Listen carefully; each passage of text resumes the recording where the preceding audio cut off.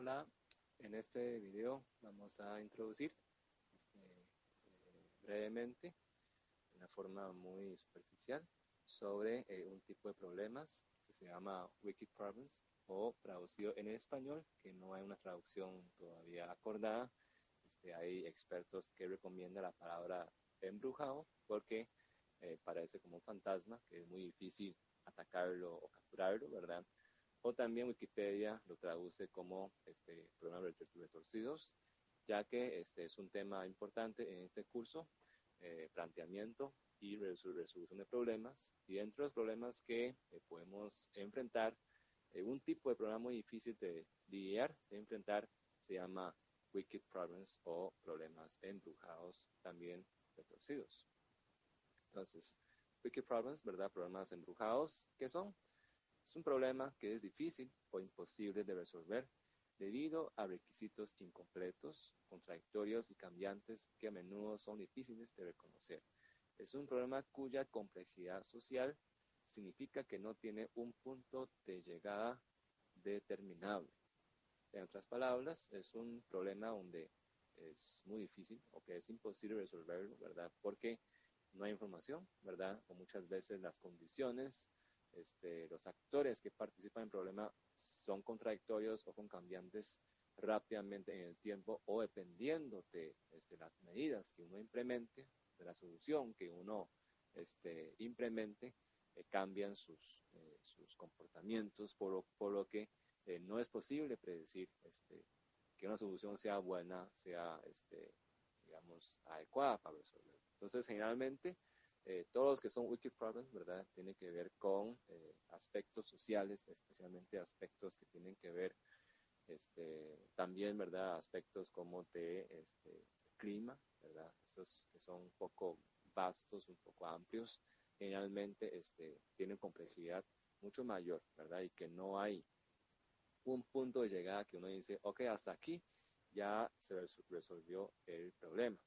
Entonces, este tipo de problemas tiene unas complejas interdependencias, ¿verdad? Entonces, el esfuerzo por resolver un aspecto de un problema retorcido puede revelar o crear otros problemas. Y de hecho, ¿verdad?, devolviéndonos a la lámina anterior, esto que es difícil o imposible de resolver, digamos, que sea difícil o imposible, realmente, bueno, es muy relativo, ¿verdad? Quizás para uno es difícil, para otros quizás no es imposible, o para uno puede ser imposible.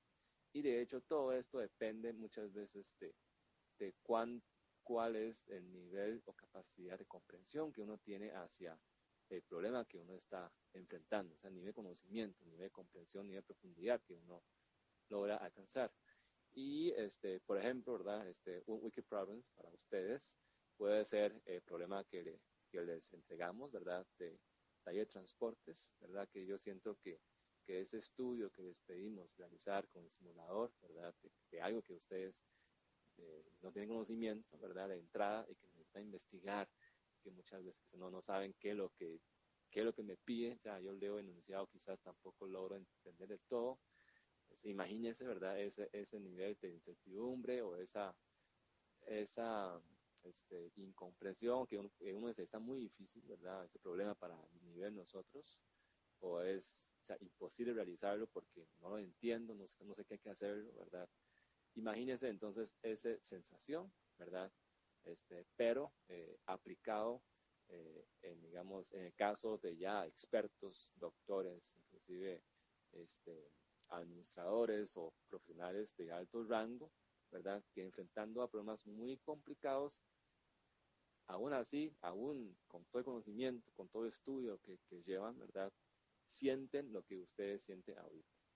Eso le llamo wicked problem, ¿verdad? Que es muy difícil, que es imposible saber dónde parar, cómo parar y hacia dónde hay que dirigir una solución. Ese es un tipo de problema que existe, ¿verdad? Entonces, ¿quiénes crearon ese término, verdad? Ese término de dónde surge. Ese término lo acuñaron los profesores Ritter y Weber, ¿verdad? En 1967. Estos dos son profesores de Berkeley, ¿verdad? Del área de planificación, ¿verdad? Urbana, y en general, ¿verdad? Son profesores de planificación y que creo que por casualidad, ¿verdad? Bueno, casualidad quizás no, pero Weber justamente es el profesor de Don Rosendo, ¿verdad? Pujol, que es el profesor que les van a explicar, ¿verdad? Va a compartir con ustedes un poco sus comprensiones sobre Wicked Problems, porque él recibió clases justamente con los autores que crearon ese término, ¿verdad? Y eso fue publicado, ese término fue usado durante un artículo de la revista Management Science, ¿verdad? Donde uno de los autores menciona el deber moral de informar al jefe cuando deber moral de informar al jefe cuando las soluciones alcanzadas fallan en dominar los problemas retorcidos, ¿verdad? Eso es como textualmente el retorcido, es decir, es una traducción, ¿verdad? Según Wikipedia, o embrujado, ¿verdad? Según, por ejemplo, experto Don Rosendo, ¿verdad? Es embrujado, que no son de fácil planteamiento o solución, y esto de hecho se dio en las dos guerras, esos dos autores criticaron fuertemente al actuar del gobierno estadounidense, ¿verdad? De que ellos creen que tienen todo en dominio, y creen que tiene todo bajo su dominio, y fueron a las guerras de Vietnam, de Corea, ¿verdad? Y terminaron en un barrial, ¿verdad? Terminaron en algo inesperado, en una situación bastante complicada, ¿verdad?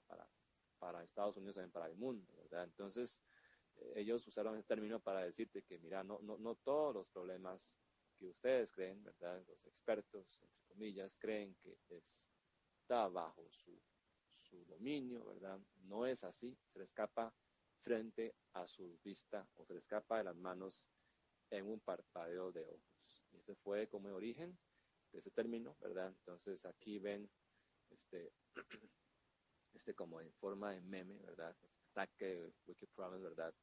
Es un horror, ¿verdad? Es un horror porque usted no sabe qué está pasando, usted cree que lo tiene resuelto y de repente le sale por otro lado, ¿verdad? Entonces, es indefinible, no es definible, no es posible conocerlo, o sea, no hay conocimiento, no se puede entenderlo y no es posible pararlo, ¿verdad?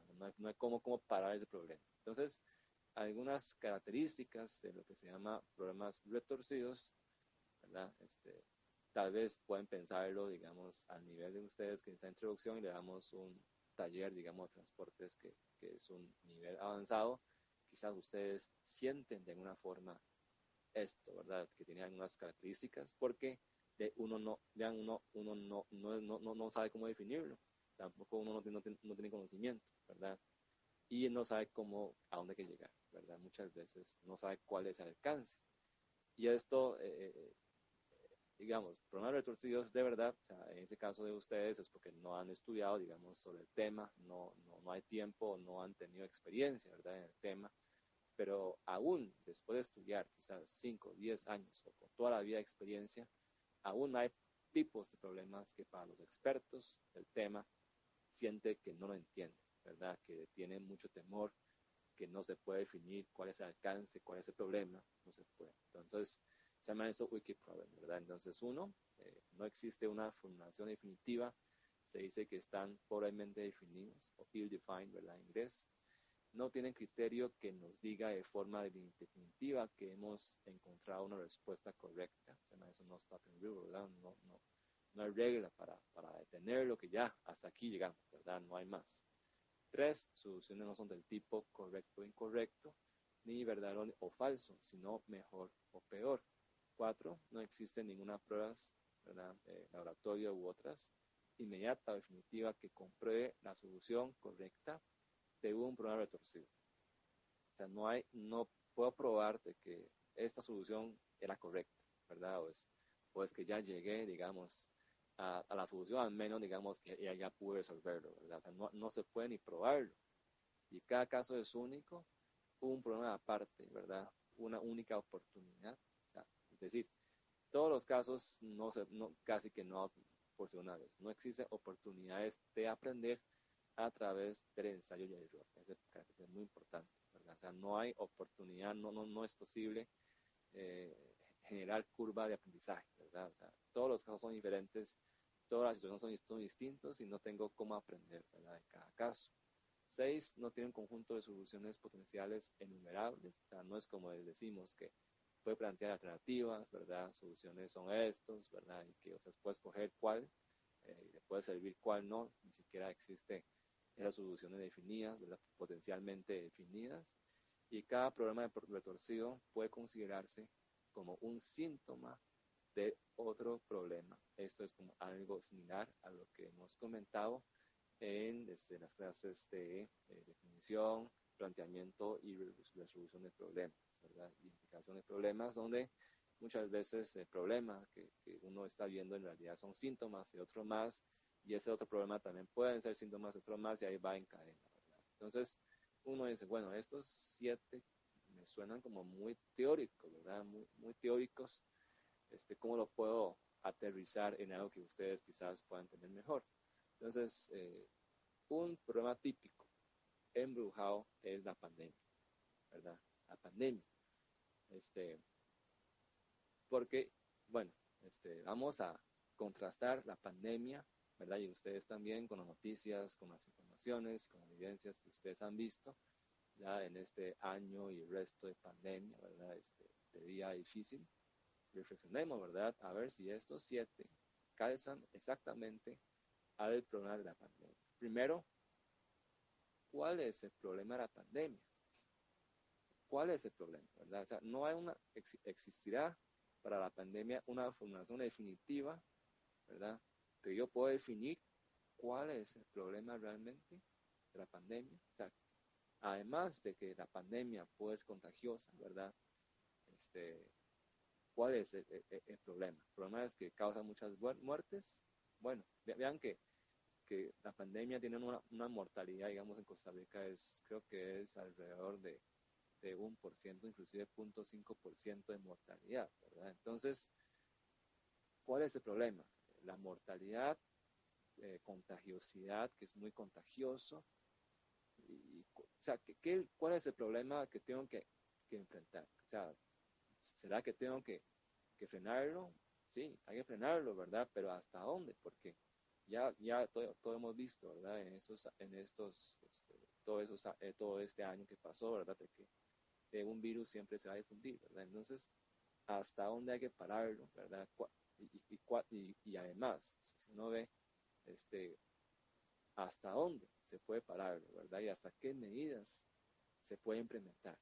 ¿Y qué repercusiones tienen esas medidas? Todo esto existe una total incertidumbre, ¿verdad? O sea, definición de problema, identificar el problema de pandemia es muy difícil. Incluso, tal vez si ustedes han leído un poco respecto al tema, en otros, en algunos, no sé si son reportajes o revistas, hablan de que la pandemia realmente no es el problema. Así que el problema en realidad son las diferencias sociales, ¿verdad?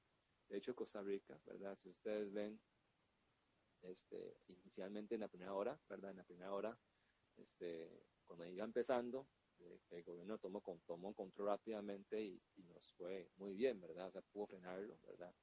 Sin embargo, ¿de dónde vinieron, digamos, se llama el escape, ¿verdad? La fuga del sistema de protección de ahí los vecinos del norte, ¿verdad? De ahí donde entraron y empezaron a difundir. Entonces, ¿cuál es el problema de la pandemia? ¿Serán pandemias en sí o serán otro tipo de problemas, ¿verdad? En América del Sur, por ejemplo, dicen que los países donde hay más diferencias sociales son los países donde más les azotan la pandemia. Entonces, ¿cuál es ese problema definitivo, ¿verdad? O sea, definitivo, ¿cuál es el problema? ¿Cómo definirlo? Es un problema, ¿verdad? Es muy difícil definir. No se sabe cuál es el problema. Ese es primero, ¿verdad? Segundo, no tiene un criterio que nos diga de forma definitiva que hemos encontrado la respuesta correcta, ¿ok? Quizás aquí ustedes pueden decir, ok, respuesta correcta es la vacuna, ¿verdad? En eso han depositado la fe, ¿verdad? Y todos los científicos y gobernantes la vacuna, ¿verdad? Ok, pero aquí el problema es muy complicado porque aún con la vacuna, ¿acaso ya podemos volver a vida real? Eso sigue siendo incertidumbre y eso apenas lo vamos a ver porque ya viene la variante Delta, ¿verdad? De India, y ya OMS manifestó su preocupación por la que es mucho más contagioso, ¿verdad? Y que ya empezó a predominar en Inglaterra, por ejemplo, y en Estados Unidos ya empezó a dominar los casos y pronto llegará hasta aquí, ¿verdad? Y uno dice, Estados Unidos ya vacunaron a muchas personas, ¿será eso suficiente? Bueno, algunos estados, ¿verdad? Ya han vacunado a mucha gente, otros estados tampoco, ¿verdad? Vemos Chile tiene creo que unos 60% de población vacunado y está en pleno pico de pandemia, ¿verdad? Está en un pico. Entonces, ¿será una vacuna, ¿verdad? Respuesta correcta, que ya puede pararlo? Eso sigue estando en duda, ¿verdad? No hay un criterio que nos diga de forma definitiva que esa es la solución. No se puede saber todavía. Luego, soluciones no son del tipo correcto e incorrecto, ni verdad o falso, sino mejor o peor, ¿verdad? Ese es muy importante, especialmente cuando uno trata de entender a veces el actuar de gobierno, ¿verdad? Del Ministerio de Salud, o de actuar de parte de muchos sindicatos que pelean por apertura, que no pueden seguir cerrados, y muchos ya critican, ¿verdad? Juzgan quién está correcto, eso es incorrecto, la medida. En realidad, en un Wikiproblem no se puede ni decir correcto o incorrecto. Sencillamente no hay regla. Entonces ni siquiera sabe cuál es la respuesta correcta, ¿verdad? Entonces decir correcto, incorrecto, falso, verdadero no tiene ningún sentido. Entonces ni siquiera sabe cuál sería la respuesta correcta. No existe, ¿verdad? Además, no es posible, como dice el 4, ¿verdad? 4 de 3 relacionados. Usted no puede probarlo, ¿verdad? Usted no puede probar de que apertura es la correcta. Tampoco puede probar de que cerrar todo era correcto. No hay forma de probarlo, ¿verdad? Entonces, solo se puede decir que quizás puede ser un poco mejor o un poco menos eficaz. Solo eso, ¿verdad? Pero quién tiene razón, quién no tiene razón, en realidad aquí pierde totalmente el sentido. Luego, quinto, cada caso es único, ¿verdad? Una única oportunidad, pandemia como este de gran escala quizás ha ocurrido como el SARS, ¿verdad? El MERS, hace una década quizás, pero que difunda universalmente con ese nivel de contagio es una oportunidad única, ¿verdad? La última que ocurrió pandemia fue la gripe española, ¿verdad? Hace 100 años. ¿Y quiénes viven 100 años para contarnos la historia? No, ¿verdad? No hay oportunidad para aprender, en realidad. Cada pandemia es una única oportunidad. Y después no tiene un conjunto de soluciones potenciales enumerables, ¿verdad? Quizás con el paso del tiempo vean que empezó a aparecer algunas soluciones médicas o preventivas, ¿verdad? Vean que al inicio de la pandemia, hasta que el poner o no mascarilla era un debate, porque no se sabe, ¿verdad? No se sabe. Entonces no se sabe cuál es la solución, cuál no tiene función, no tiene función, no se sabe, ¿verdad? Y además cada problema puede considerarse como síntoma de otro problema como les conté, ¿verdad? Pandemia, mortalidad, todo eso quizás es síntoma de otros problemas quizás sociales, comerciales, estructurales, ¿verdad? Inclusive en la toma de decisiones en los sistemas de gobernación, los países, etcétera, ¿verdad? Entonces, tal vez, no sé si con la pandemia se puede explicar mejor, ¿verdad? ¿Qué es un Wikiproblems? Y como todos lo sentimos, contrastamos lo que vivimos hoy día, lo que hemos visto en las noticias, digamos, todos los días, con estas características, yo confío que ustedes van a sentir, mira, ¿verdad? Estamos viviendo un Wikiproblems ahora mismo, ¿ok? Ahora, entonces, cuando los ocupamos, ¿verdad? O sea, cuando aparecen estos Wikiproblems, generalmente aparecen, ¿verdad? Cuando estudiamos problemas sociales, políticas públicas, economía, ciencias ambientales, planificación de sistemas complejos, ¿verdad? Como sistemas de transportes, y también otros campos también los tienen que usar, los tienen que tratar de saber un poco, ¿verdad? Sus cualidades, todo esto. Toma de decisiones y gestión del conocimiento. ¿Okay? Por ejemplo, el caso que ustedes están estudiando, ¿verdad? Para el debate, el caso del proyecto hidroeléctrico de Iquiz, ¿verdad? Nos preguntamos, ¿no existe una formulación definitiva? ¿Cierto o no? ¿Verdad? Que no hay un planteamiento definitivo. O sea, hay muchas formas de formular el problema de electricidad, el problema de las indígenas, el problema de generación de empleo, ¿verdad? El problema de de que hay que darle desarrollo a la zona sur. O sea, realmente el problema es muy, muy variado, no es una definitiva, ¿verdad? O mejor dicho, el problema es que no ocupamos eso, ¿verdad? El problema es que dice se está extendiendo demasiado en su, en su función. Bueno, no hay un planteamiento definitivo que convence a todos, no tiene un criterio que nos diga de forma definitiva que hemos encontrado la respuesta correcta. O sea, la forma de hacer un proyecto hidroeléctrico son diversas. ¿Y por qué esa forma? ¿Por qué inundar todo el territorio, verdad? ¿Qué puede hacer otra forma? Bueno, no hay un criterio unificado que nos pueda decir, ¿verdad?, que ya era correcta. Además, soluciones no son tipo correcto o incorrecto, ¿verdad? Ni paso verdadero, sino mejor o peor. Ahora pruebas que se puede comprobar que la solución es correcta. No, ¿verdad? No se puede probar tampoco. Y es único, ¿verdad? Ese proyecto caso es un único, ¿verdad? No hay nuevas oportunidades. O sea, pues, cada zona geográfica es única, ¿verdad? Cada proyecto hidroeléctrico es único, no hay oportunidad para aprender muchas veces. Y hay conjuntos de soluciones potenciales innumerables. Bueno, quizás sí, ¿verdad? Hay un conjunto, pero hay que siempre aterrizarlo y comparar con situaciones reales. Y además, cada problema retorcido puede considerarse como un síntoma de otro problema. En ese caso, quizás sí, ¿verdad? Quizás la razón por la que no prosperó fue como se manejó.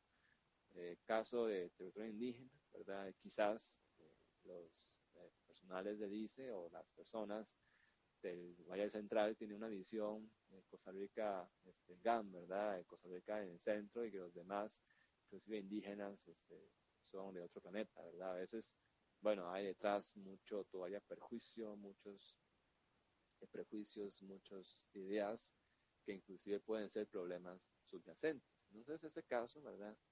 Creo que sí, ¿verdad? Se puede ver como un wiki problems muy complejo, ¿verdad? ¿Y qué pasa con los métodos que hemos estudiado, ¿verdad? Para identificar, definir el problema y después plantear solución? Por ejemplo, el método científico, ¿por qué no funciona? Decía esos autores, ¿verdad? La búsqueda de bases científicas para confrontar problemas de política social estaba destinada al fracaso como consecuencia de la naturaleza de esos problemas. ¿Por qué? Porque cuando son problemas sociales, cuando son problemas que involucran a seres humanos, los seres humanos somos el animal más impredecible, que, que, que no tiene principios, mejor dicho, ¿verdad? Es cambiante de un día para otro, ¿verdad? Entonces, casi que no se puede decir que existe una ciencia, aunque existen ciencias sociales, pero siguen fallando mucho, ¿verdad? Uno dice a veces la economía, los economistas, me disculpan, ¿verdad? A veces son los que más batean, ¿verdad? A veces uno dice, si los economistas fueran tan acertados, o sea, tan perspicaces, como uno dice, ¿verdad? Tan perspicaces, tan filosos en su vista, los economistas serán los primeros millonarios, ¿verdad?, del mundo. Y uno ve cuántos economistas son millonarios. Muy pocos, ¿verdad? Entonces, es porque son problemas muy cambiantes que tienen tantos factores.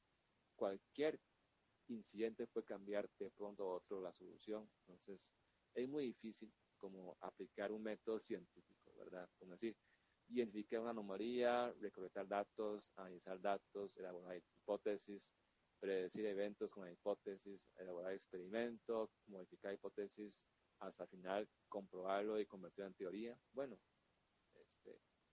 aunque hay problemas que sí sirven para problemas tan cambiantes como esto, ¿verdad? Como este que viene en los dibujos, ¿verdad? El problema tradicional es definido, pero Wiki Problems usted ni siquiera sabe cuál camino va a tomar, entonces inclusive uno ni sabe cuál es la hipótesis que debe tomar, o la hipótesis misma, una vez propuesta, modifica el paso que toma, ¿verdad?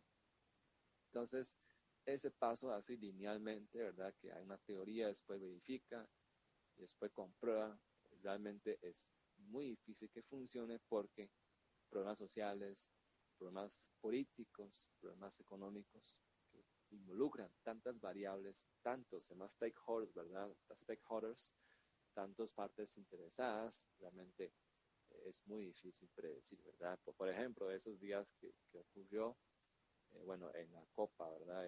Copa UEFA, Eurocopa, ese acto de CR7, ¿verdad? El cristiano de apartar Coca-Cola, ¿verdad?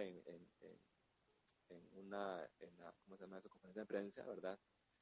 O sea, ese acto, simple acto, quizás lo hizo sin querer, ¿verdad? Lo hizo nada más como, es picardía él, ¿verdad? ¿Quién se imagina de que la bolsa de valores, la, las acciones de Coca-Cola puede caer no sé cuándo por ciento, ¿verdad? O sea, solo eso, ¿quién se lo imaginaría, verdad? Nadie. Esos son típicos wicked problems, ¿verdad? De que nadie se lo ocurre, ¿verdad? Y la Coca-Cola, digamos, ¿qué medidas toma ante ese acto? ¿Cómo responde, ¿verdad? ¿Qué respuestas debería dar ante ese acto? Es todavía un wicked problem todavía más, ¿verdad? Porque si responde bien, puede ser que eleve, ¿verdad?, el retorno. Pero si más bien responde mal o escoge un camino inadecuado en marketing, ¿verdad?, en mercadeo, puede perder todavía más, ¿verdad? Y esa pérdida a veces, muchas veces, como se dice, ¿verdad? El colapso, ¿verdad? O la ruina de grandes imperios muchas veces inicia desde un acto inclusive inconsciente, ¿verdad? O sea, desde un acto inclusive imperceptible, ¿verdad? Que nadie toma en cuenta, pero desde ahí empezó. Entonces los problemas que enfrentamos, como dice aquí, ilustra acá, ¿verdad? Pueden ser bien definidos, well defined, ¿verdad? Hay problemas definidos de forma enfermiza, que está muy parcializado, ill-defined, ¿verdad? Y de aquí sale uno extremo, ¿verdad? Uno ya extremo es wicked, ¿verdad? Ya es retorcido, ya es un problema embrujado. Entonces, estos esquemas, ¿verdad? Que ya hemos enseñado, por ejemplo, ese esquema lineal, ¿verdad? De diseño, por ejemplo, que sigue un paso, después hay un paso y identifica el problema, después sigue, ¿verdad? Este procedimiento lineal, ¿verdad? Es válido, ¿verdad? Para problemas bien definidos, pero para problemas tan complejos es muy difícil que funcione. ¿Por qué? Porque ya el primer paso falla, ¿verdad? Ya primero no sabemos cuál es el problema. Y las soluciones que implementemos, ¿verdad? O sea, por ejemplo, ¿verdad? Eso de pandemia nuevamente, ¿verdad? Esto algunos piensan, ¿verdad? De pandemia es un problema de evitar propagación. Y vean que el problema que identifica el Ministerio de Salud y los gobernantes cambiaron con el tiempo, ¿verdad? Inicialmente, si uno ve las medidas tan rigurosas que tomaron en Semana Santa, cuando empezó la pandemia, ¿verdad? Es que el problema es evitar que el virus propague, ¿verdad? O sea, detener totalmente la cadena de transmisión. Pero una vez que rebasa cierto límite, y además uno ve que toma esas medidas y diga que ese es el problema, diga, en su momento está bien, ¿verdad? Pero trajo otro problema de que hay un problema de economía, la gente no sobrevive, ¿verdad? Sin trabajar, sin salir a casa. O sea, hay países que sí lo pueden hacer como Europa, Estados Unidos, pero ellos le dan el bono proteger que sea en Costa Rica, pero 1000 veces mejor, ¿verdad? El bono proteger en Costa Rica es como lo mínimo, o sea, no va, ¿verdad? Además, no llega a manos correctas, inclusive, ¿verdad? Entonces, vean que detrás del problema hay problemas. Y después cambia, ¿verdad? Cambia la situación cuando ya el virus empieza a difundir. ¿Cuál es el problema? Yo pienso que el problema ahora, además de que ya hay una presión muy importante de de sector productivo, de que no se puede seguir así, ¿verdad? La gente no puede vivir, la población está descontento en confinamiento. Entonces, vean que otros países, los otros países europeos siguen confinándose, ¿verdad? Ellos pueden, Costa Rica no, ¿verdad? Vean que la condición no los permite. El problema ahorita que toma, digamos, el problema que ellos ven en contra de la pandemia es evitar el colapso hospitalario. Digamos, si uno ve poco a poco, digamos, las vicisitudes, ¿verdad? En todo este año, el resto que pasó, hasta hoy la actitud, digamos que el problema que ellos identifica hoy es evitar el colapso hospitalario. Todas las medidas que ellos toman era para evitar que ocurra eso. Ese es el problema que ellos indican, de que la pandemia, ¿cuál es el problema? Como dice, o sea, uno ven que ya casi que no hay ni control, ¿verdad? Ya hagan lo que quieran, ¿verdad? Las restricciones vehiculares tampoco saben si funcionan o no.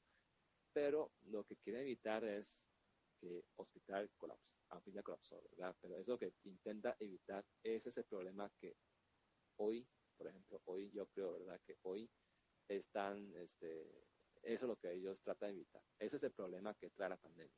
Colapso hospitalario. En eso se centran todas las medidas, ¿verdad?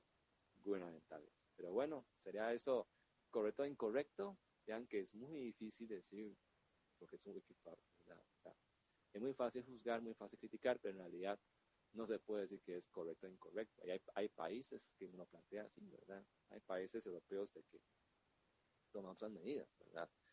Entonces, como no se puede identificar el problema o el problema cambia, ¿verdad?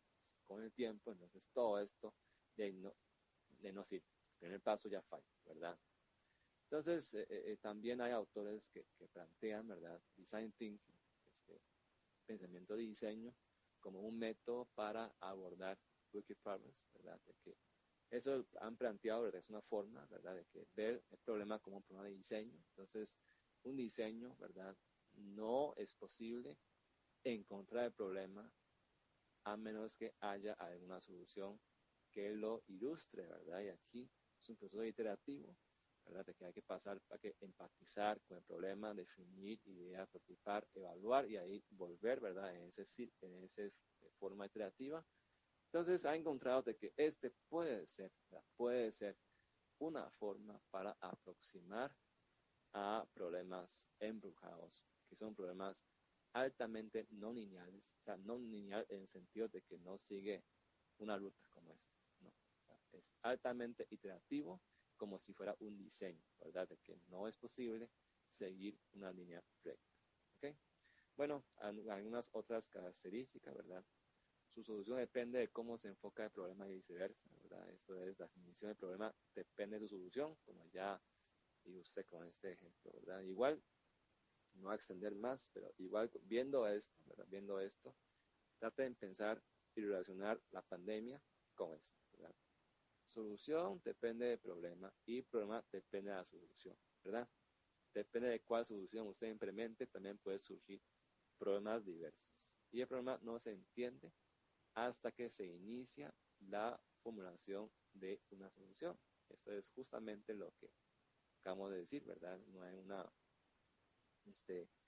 el problema se puede entender sin una solución que lo evidencie, ¿verdad? Y luego, esto pasa en la pandemia, ¿verdad? Si no fuera confinamiento, no se puede, quizás los que está del lado del cuello blanco nunca imaginaron de que la gente no puede salir a casa. ¿Se acuerdan de que inicialmente el lema, el eslogan era que no salga a la casa, quédese en la casa, pero quizás los que tomaron la decisión no sabían que el problema es que hay gente que no puede quedar en casa o no tienen ni dónde quedarse, ¿verdad? Entonces, hasta que propusieron esa solución, se dieron cuenta de que la gente no tiene ni comodidad, está bien en hacinamiento, no es posible quedarse en la casa, que eso no es factible para muchas personas. Eso es que no se pueden tener problemas, es un problema social, ¿verdad? Hasta que propusieron ese eslogan. Vean qué complicado es esto, ¿verdad? Y los stakeholders, las partes interesadas, tienen visiones del mundo radicalmente diferentes y diferentes marcos para entender problemas. Por ejemplo, como entienden los doctores, como entienden los del sector productivo, como entienden los gobernantes, como entienden los comerciantes, ¿verdad? Como entienden todos los diferentes partes que participan en este programa pandemia. Bueno, somos todos, ¿verdad? Todos ven distinto, todos tienen visiones muy diferentes, radicalmente diferentes, posiciones contrarias para entender el problema, ¿verdad? Y hace que sea muy complicado la solución. Todos tienen intereses muy distintos y visiones muy diferentes, ¿verdad? Y las restricciones a las que el problema está sometido y los recursos necesarios para solucionarlo cambian con el transcurso del tiempo, ¿cierto? No, la pandemia cambia con el tiempo. A veces llegamos a los picos, después viene otra variante y otra vez, ¿verdad? Y recursos, todos son diferentes. Antes no había vacuna, ya hoy hay vacuna. Entonces, ¿cuáles son lo que se debe implementar, ¿verdad? ¿Qué acciones hay que tomar? todos cambian con el tiempo y el problema nunca es solucionado definitivamente. Veamos lo que vimos hoy, ¿verdad? ¿Cuándo se resuelve? No se sabe. Y si se va a resolver, tampoco se sabe. Y de hecho creo que los epidemiológicos ya dijeron, ¿verdad? Quizás se puede volver como una gripe estacional que vuelve a cada rato, ¿verdad? Atacar. Todo esto se puede saber, ¿verdad? Entonces, un problema cuya solución requiere que un gran número de personas cambien sus códigos de conducta suele ser un problema retorcido. Esta frase es la clave, ¿verdad? O sea, como depende de muchas personas, de su cambio en su código de conducta, siempre es un problema embrujado, pandemia, eso, ¿verdad? Le ocupa que todo el pueblo cambie su forma de socializar. Eso va a ser muy, muy complicado, ¿verdad? Bueno, entonces, ¿cómo se puede hacer? Entonces, recomendación de los expertos es aproximar, ¿verdad? Usar aproximaciones de que un problema embrujado, ¿verdad? Wicked problem, ¿verdad? Inicialmente puede ser muy engorroso, pero eso se puede ir resolviendo poco a poco, no se puede llegar a la solución final. Bueno, no existe, ¿verdad? O sea, no se puede ver la meta fácilmente, solo se puede ir mejorando paso a paso. Entonces, como dice aquí, existe una conexión entre los problemas de diseño, de retorcidos y el diseño, y los problemas de diseño son típicamente retorcidos, dado que suelen estar pobremente definidos, implica actores con diferentes perspectivas y no tienen una solución correcta u óptima. Hay algunos diseños, ¿verdad? ¿Quién dice que el diseño de una vestimenta, el diseño de un vehículo? Hoy ustedes ven mucho diseño de los vehículos, ¿verdad? Hay diseños que nos gustan, hay diseños que no nos gustan, ¿verdad? Y pregunten a sus hermanos, sus papás, todos les gustan formas diferentes, funciones diferentes. Entonces, ¿cómo diseñan? Sencillamente todos tienen diferentes perspectivas. Es muy difícil definir cuál es el problema de diseño, ¿verdad? No hay una solución correcta óptima. Por eso es que los problemas retorcidos no pueden solucionarse con la aplicación de un método estándar o conocido y exigen soluciones creativas, ¿verdad? Entonces, las aproximaciones a un tratamiento entonces, pueden ser atacados desde una mezcla de tecnología e implementación artística, o lo que es lo mismo, partiendo desde una estrategia que sea multidisciplinaria, y con esta estrategia se alcanza mayor extensión de puntos de vista y así delimitar el dilema de manera más completa. En otras palabras, tratar de incorporar más puntos de vista, tratar de recopilar más información, ¿verdad? Por ejemplo, hoy una forma para tratar de controlar contagio es como lo que implementamos hoy día, ¿verdad? Que apenas se implementó la mascarilla digital, ¿verdad? Es una forma tecnológica de recopilar más información de una forma más eficiente, ¿verdad? Para alcanzar, porque muchas veces wicked problems es que la información es muy difícil recabar, ¿verdad? Entonces hay que ver cómo implementar todas las medidas para obtener información y diferentes puntos de vista. Y también en los artículos, ¿verdad? Publicados por Roberts, ¿verdad? Este artículo, Wicked Problems and Network Approach to Resolution, recomienda, ¿verdad? Que hay tres estrategias. Bueno, identificaron que hay tres estrategias que se han usado para hacer frente a esos problemas retorcidos. Primera se llama estrategia autoritaria o delegación del poder, ¿verdad? Que, como dice aquí, busca controlar los problemas retorcidos haciendo que la responsabilidad sobre la solución del problema esté en manos de unas pocas personas. Por ejemplo, en China, ¿verdad? China es un país donde casi que es dictadura, o también países como Venezuela o Nicaragua ahorita, ¿verdad? Está entrando en eso, de que hay unas pocas personas que tienen una autoridad superior totalmente, digamos, absoluta, ¿verdad? Entonces, la ventaja es que reduce número de actores, reduce entonces complejidad del problema, o sea, no todos pueden opinar.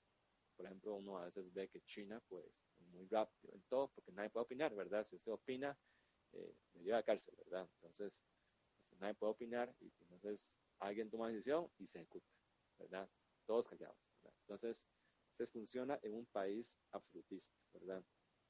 La desventaja es que las autoridades, los expertos encargados con la solución del problema pueden no tener una apreciación de todas las perspectivas necesarias para atajar el problema. O sea, esos son un problema de los dictadores, ¿verdad? Porque a veces bajo dictaduras hay obras públicas, pueden llevarse a cabo con mucha eficiencia, pero también surgen problemas secundarios que después salen a la superficie con el paso del tiempo, ¿verdad? Entonces, ejemplo de esto son líderes de grupos, gobiernos en una forma, ¿verdad? Tienen esta forma de resolver problemas, son eficientes, pero también tiene sus desventajas, ¿verdad? Otra forma es una estrategia competitiva. Esta estrategia busca solucionar los problemas retorcidos e enfrentar diferentes puntos de vista unos contra otros, requiriendo a las partes que mantengan sus visiones para ofrecer su solución preferida. La ventaja es que diferentes soluciones pueden equilibrarse entre ellas y elegir la mejor.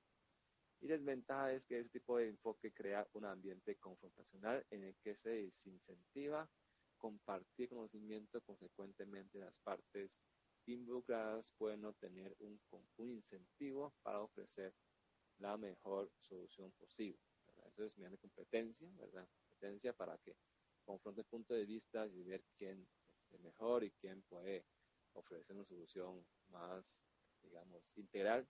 Pero bueno, como hay competencia, ¿verdad? Hay reserva para compartir información, hay un ambiente un poco feo, ¿verdad? Y esto se ve muchas veces en ambientes también entre los, por ejemplo, supremos poderes del Estado, que también tiene cierto, digamos, cierta atmósfera, ¿verdad? Competencia. Entonces todo eso hace que no se desarrolle bajo un ambiente, digamos, favorable, ¿verdad? Digamos, cómodo. Y la tercera estrategia, colaborativa, ¿verdad? Entonces busca comprometer a todos los actores con el objetivo de encontrar la mejor solución posible para todos ellos.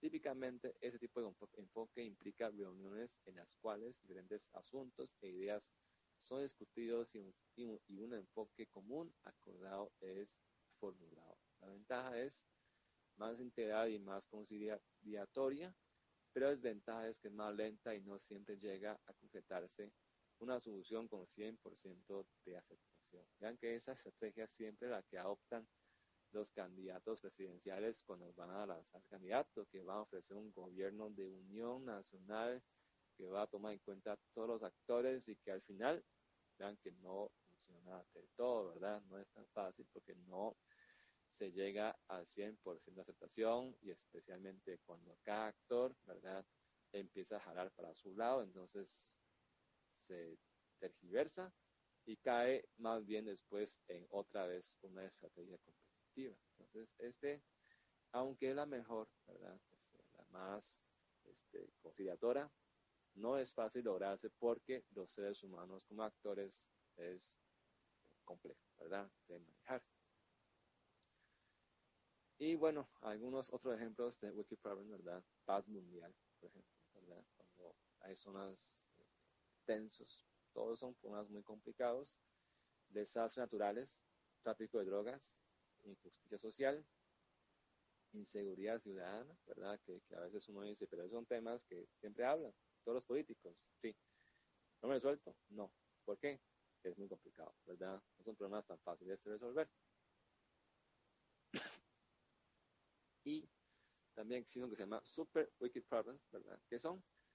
Son problemas retorcidos pero llevados a su condición extrema. Por ejemplo, calentamiento global y cambio climático, que eso se está llevándose a ritmos acelerados. Entonces, porque es un problema super wicked, ¿verdad?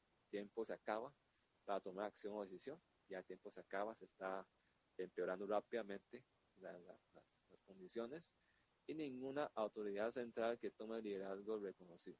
O sea, por ejemplo, en estos cambios climáticos, muchos países que, como les comentaba, ¿verdad?, en las motivaciones de integridad ambiental, muchos han firmado de acuerdo, ¿verdad?, del cambio climático y después se retractan, ¿verdad? O sea, no hay autoridad central que tome liderazgo y aquellos que buscan resolver el problema también lo están causando. O sea, muchos de los que firmaron los acuerdos ecológicos son los que más contaminan en el mundo, ¿verdad? Entonces, ¿qué? Las políticas va ahora en el futuro de forma irracional. Entonces, son super wicked porque son muy importantes, se empeoran a pasos agigantados, pero no hay nadie o nadie ha querido, o aunque alguien quiere, otros le entorpezcan y al final nadie quiere, ¿verdad? Entonces, ahí sí, ¿verdad? Son problemas súper difíciles. Okay. Hasta aquí, como un punto de aparte sobre Wicked Problems, ¿verdad? ¿Y qué tiene que ver Wicked Problems con otras teorías, ¿verdad? Por ejemplo, pensamiento complejo, teoría del caos, quizás ustedes de alguna forma han escuchado, ¿verdad? Todos estos tres guardan relaciones muy cercanas en común. Todos ellos proponen, ¿verdad?, de que el método lineal y estructurado, ¿verdad?, en una forma muy sistemática, como nos caracterizan los ingenieros, no funcionaría para atender cierto tipo de problemas, ¿verdad? Hay algunos tipos de problemas no está tan bajo control como uno quisiera, ¿verdad? Entonces, por ejemplo, pensamiento complejo, ¿verdad? En este tipo de pensamiento que ya hemos visto, muchos tipos de pensamiento, por ejemplo, hemos visto pensamiento divergente, convergente, ¿verdad? Lateral, vertical, creativo, crítico. Bueno, aquí hay autores como ese Edgar Morin, ¿verdad?, que han propuesto al pensamiento complejo, que es una forma de pensar diferente, un poco más diferente, ¿verdad? Lo que propone es algunas ideas que propone este autor, por ejemplo, sobre el pensamiento complejo, es que tenemos una inteligencia ciega. ¿Y qué es esto? Que nuestro sistema de organización, de conocimiento, nos induce al error, ¿verdad? Tal como hemos visto ya en la clase de tipos de pensamiento. De que tenemos modelos ya estructurados de pensamiento que muchas veces al tener patrones o rutas, ¿verdad?, que ya comentamos en la clase, rutas bien definidas, entonces cualquier percepción, como ese ejemplo de la cuenca hidrográfica, ¿verdad?, ya hay cuencas formadas, por donde sea que llueva, siempre va a recolectar la lluvia hacia el río. Esos ríos son esos patrones de pensamiento, son nuestro sistema de organización de información mental, ya está estructurado, entonces muchas veces caemos en prejuicios, caemos en ideas preconcebidas, ¿verdad?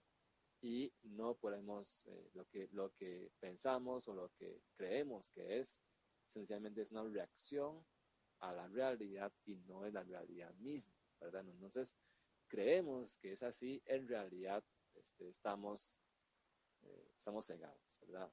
Por nuestro propio pensamiento, por nuestro propio modelo de pensamiento. Y también el ser humano tiende siempre a reducir lo complejo al estudio de sus partes individuales, y eso es lo que ustedes van a aprender en todo, en ciencias. La base de ciencias es eso, se llama eso análisis, ¿no? Análisis es separar un todo en sus partes y estudiar la relación entre esas partes. Y asumiendo de que esas partes, entendiéndose, ¿verdad?, esas partes después se puede entonces pasar entendiendo a los demás partes, ¿verdad? Digamos, si yo entiendo este arista, después ya puedo pasarle a otro lado, ¿verdad? Y a otro lado. Asumiendo de que 1 más 2 es igual a 3 y que lo que yo entiendo aquí, ¿verdad?, al sumar estos dos me haría igual.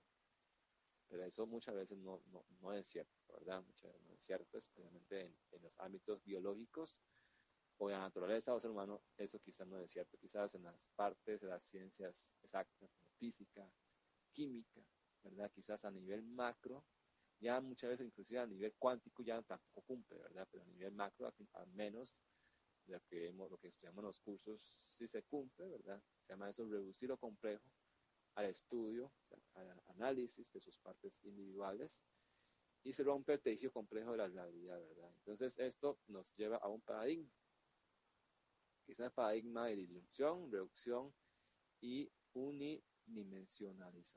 dimensionalización, ¿verdad? Eso lo que quiere decir es que disyunción es, por ejemplo, ¿verdad?, que hoy día lo que estudiamos se llama ingeniería civil, ¿verdad? Y muchas veces bajo esa formación nos empieza a inculcar, bueno, yo estoy estudiando ingeniería civil, no me interesa nada de eléctrica, entonces lo de circuito no me funciona, ¿verdad? Lo de termodinámica tampoco, ¿verdad? Entonces ya uno como que, aunque es así, ¿verdad?, la forma como se clasifica la ciencia, las áreas, las ramas, ¿verdad?, pero esa clasificación no implica que estén separados, pero uno tiende a separar, ¿verdad? Yo estudio ingeniería civil, no me ponga a hacer cosas eléctricas, ¿verdad? O sea, no me ponga a estudiar cosas de robótica. Yo estudio ingeniería civil, nada que ver. Se me hizo disminución, ¿verdad? Tratar de separar, tratar de cortar, ¿verdad?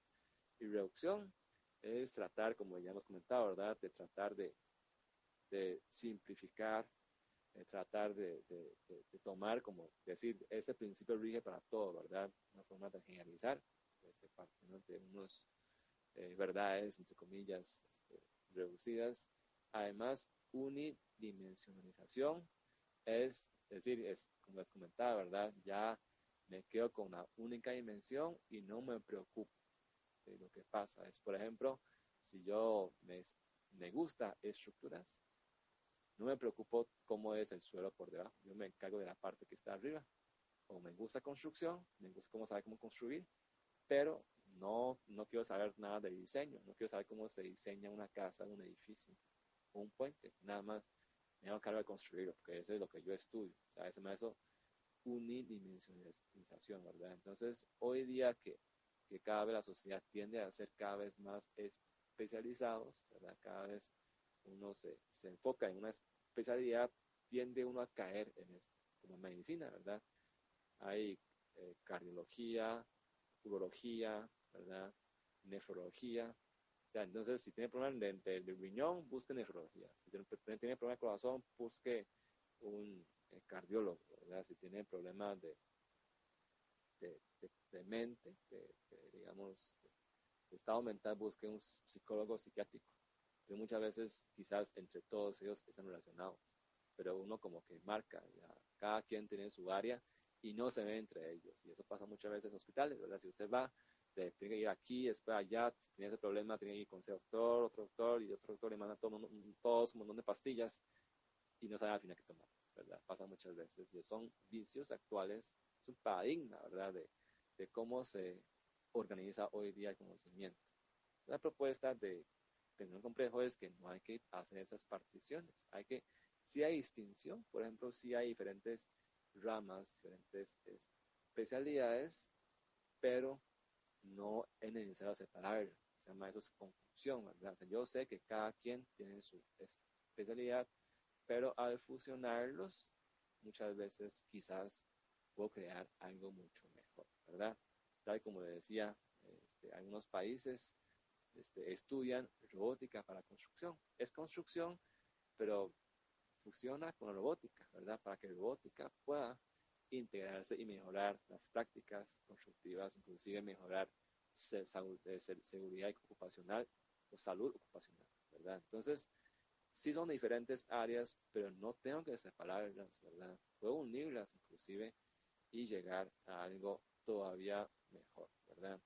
Entonces, por ejemplo, también propone que es complejidad, un aparente desorden, ¿verdad? Como por ejemplo, gran cantidad de interacciones entre gran cantidad de elementos de un sistema, una gran cantidad de incertidumbres, indeterminaciones o fenómenos aleatorios, tal como wicked problem, ¿verdad? Que es muy complejo.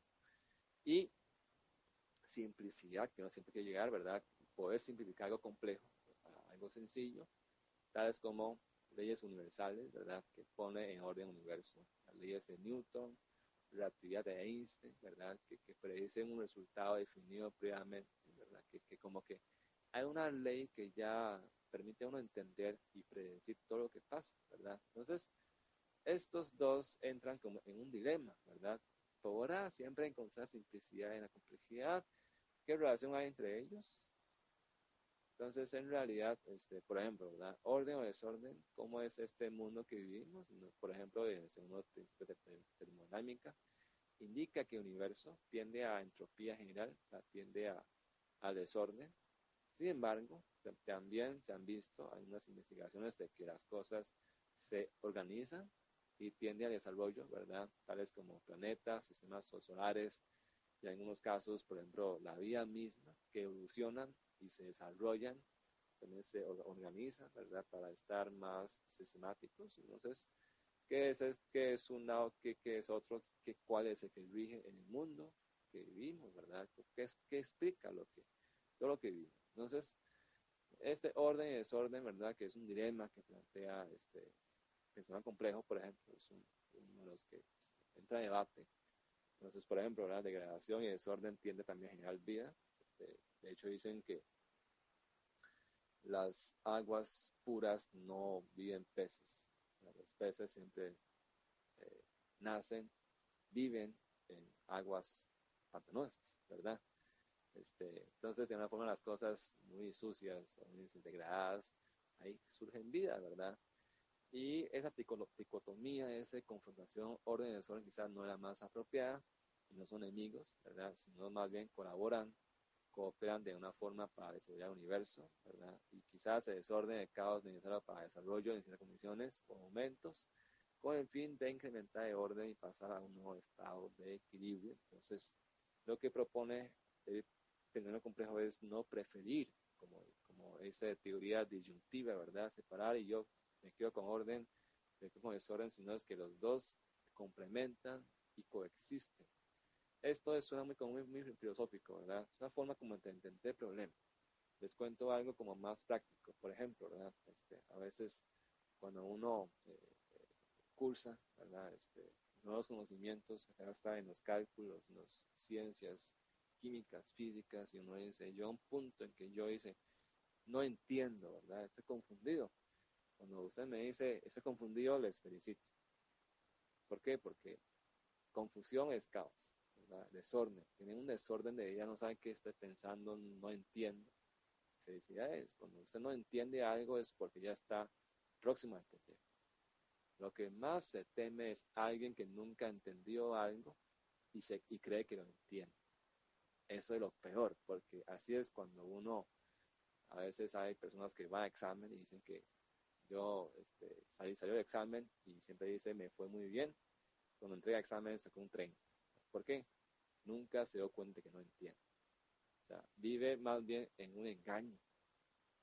O sea, nunca vivió el desorden, nunca vivió el caos. Entonces siempre está en ese orden aparente, pero incierto, ¿verdad? Pero que no es verdadero.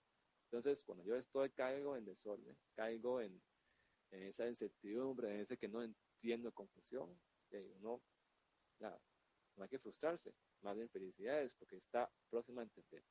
Porque despejando confusión, ¿verdad? Cuando uno logra ya alinear ideas confusas, desordenadas, allá entiende.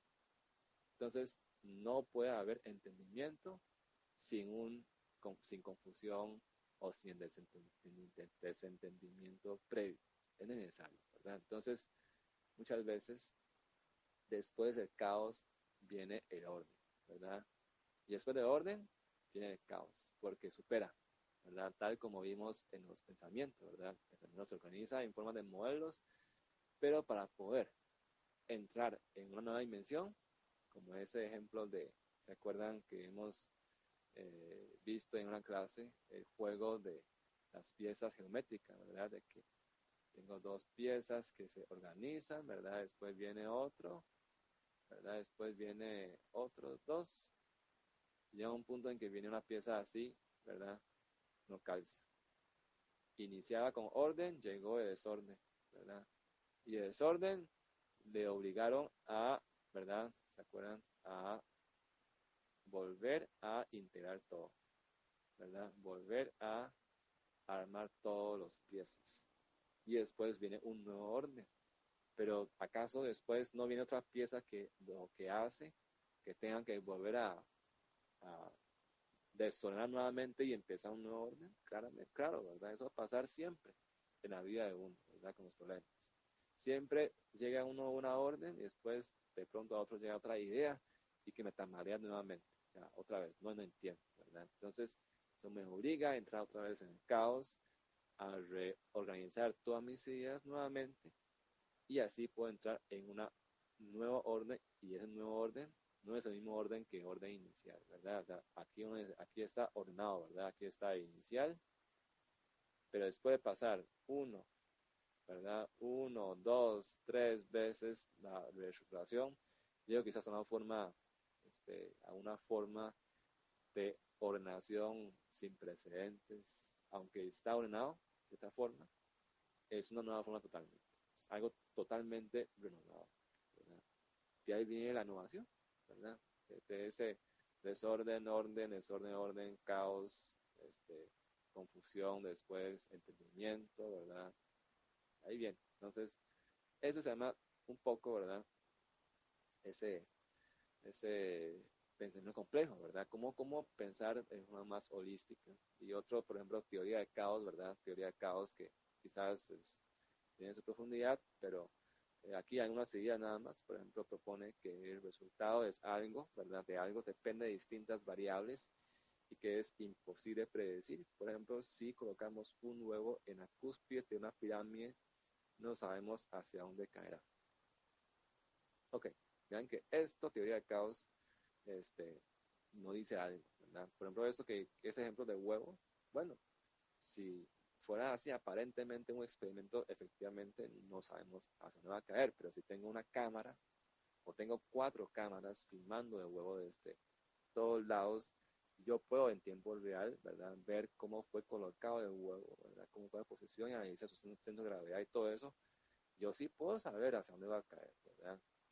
Entonces, que sea predecible o no predecible depende de cuánta información tenga usted disponible, ¿verdad?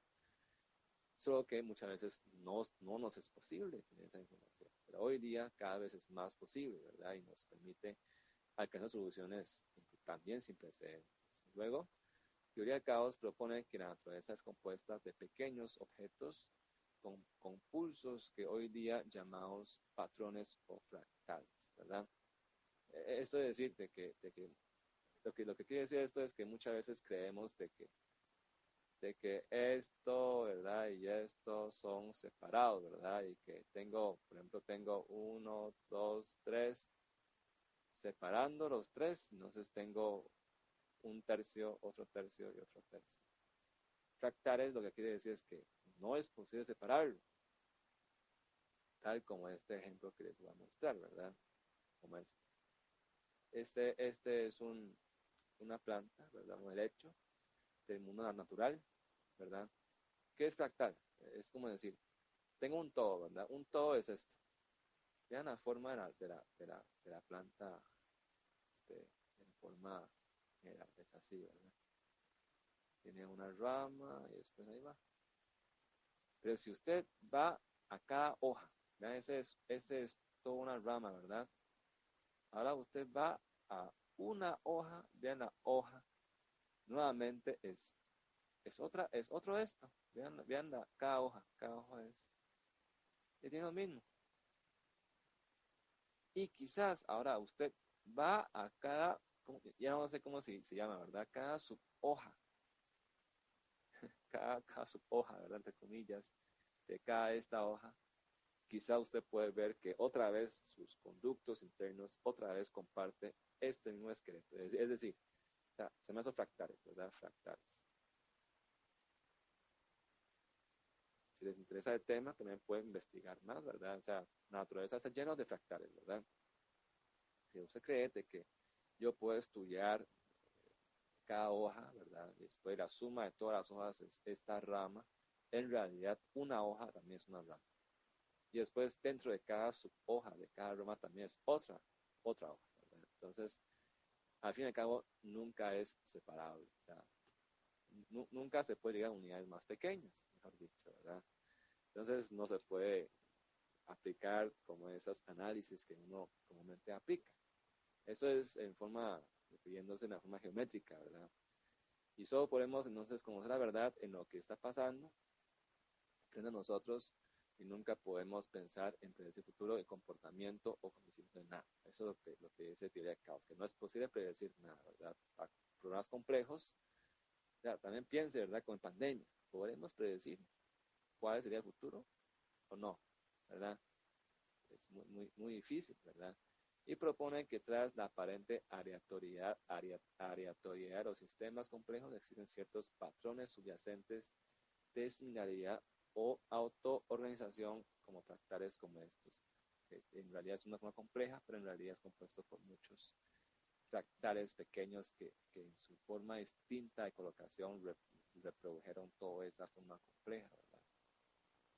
Entonces, algunos ejemplos y que algo más científico, quizás algo más físico, que ilustra teoría de caos es esto, la péndulo doble o péndulo triple. Eso pueden buscarlo por su cuenta en internet.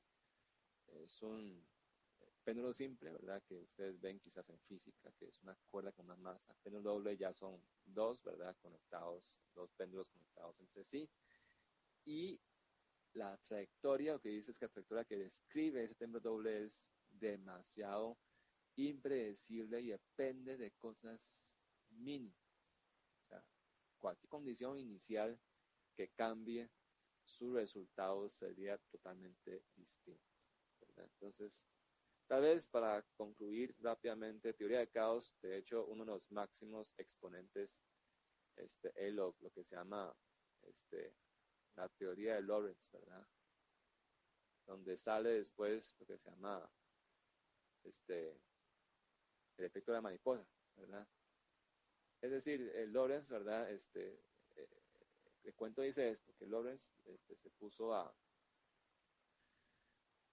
resolver una ecuación diferencial, bueno, son tres ecuaciones diferenciales, un sistema de ecuaciones diferenciales, ¿verdad? ¿Qué es eso? Lo sabrán más adelante, ¿verdad? Ya ustedes han visto que hay un curso que se llama ecuaciones diferenciales, que es esencialmente lo que están viendo en cálculo, tx de y es igual a una función, ¿verdad? Una función tal, y después usted puede separar dx y dy como si fueran variables, lo separa, ¿verdad? Y ya usted puede integrar ambos lados y sale y igual a esto. Pero bueno, eso es algo muy, muy simple, ¿verdad?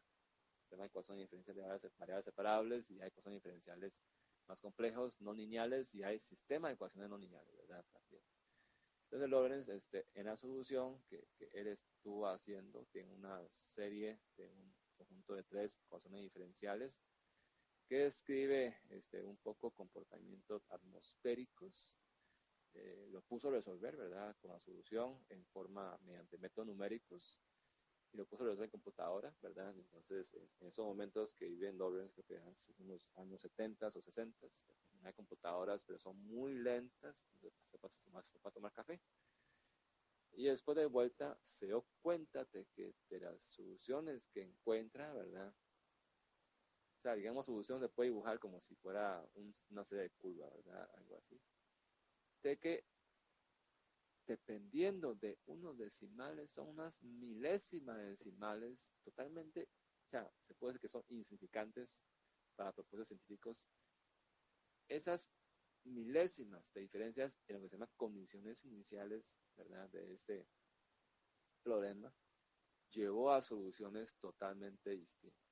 O sea, por esa diferencia mínima, casi que es de truncamiento de computadora, ¿verdad? Son milésimas, micras de diferencia, lleva a resultados totalmente diferentes, o sea, totalmente abismales en su diferencia, y eso llegó, se asustó, o sea, ¿cómo es posible?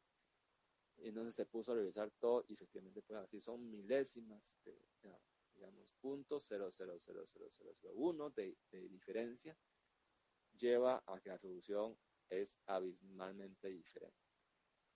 Y ese punto 0,00001 causó una diferencia totalmente, o sea, abismal. Y eso llevó entonces al desarrollo de teoría de caos, de que hay sistemas de ecuaciones matemáticas que son demasiado sensibles a las condiciones iniciales que les den. ¿Qué es eso? Lo van a ver ustedes más adelante en ecuaciones diferenciales, ¿verdad? Y que esos milésimas o inclusive millonésimas de parte de diferencia es lo que provoca resultados totalmente inesperados en muchas situaciones.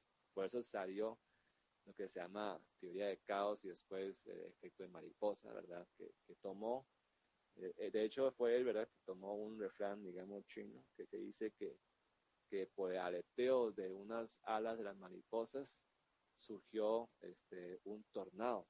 Y él dice, efectivamente, eso puede pasar, porque ese aleteo de una mariposa, que parece totalmente insignificante, puede ser esa millonésima parte, ¿verdad? De ese decimal que marcó la diferencia e hizo que la solución fuera para otro lugar. Así es sensible, ¿verdad? Es esa solución de ese tipo de ecuaciones que escriben. En ese caso que está estudiando es el caso de unos fenómenos atmosféricos, ¿verdad? De una formación de tornados o formación de tormentas. Es muy sensible a esas cosas muy pequeñas.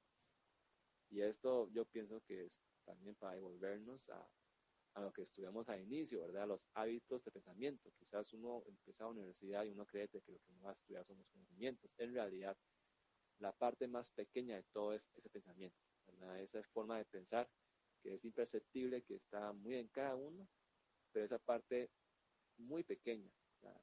Que es casi que uno ni siquiera se da cuenta de cómo yo pienso, termina influyendo y marcando diferencias, ¿verdad? Pienso que eso es como una moraleja que nos puede dejar esta teoría de caos. Y si les interesa el tema, pueden ver esos videos, ¿verdad? Péndulo triple, vean los resultados totalmente diferentes dependiendo de unas condiciones iniciales.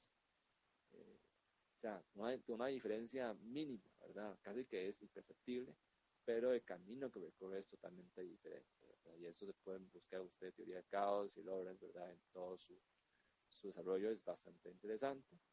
Y ya para no atrasar más, entonces traten entonces ustedes de aplicar entonces eso que vemos.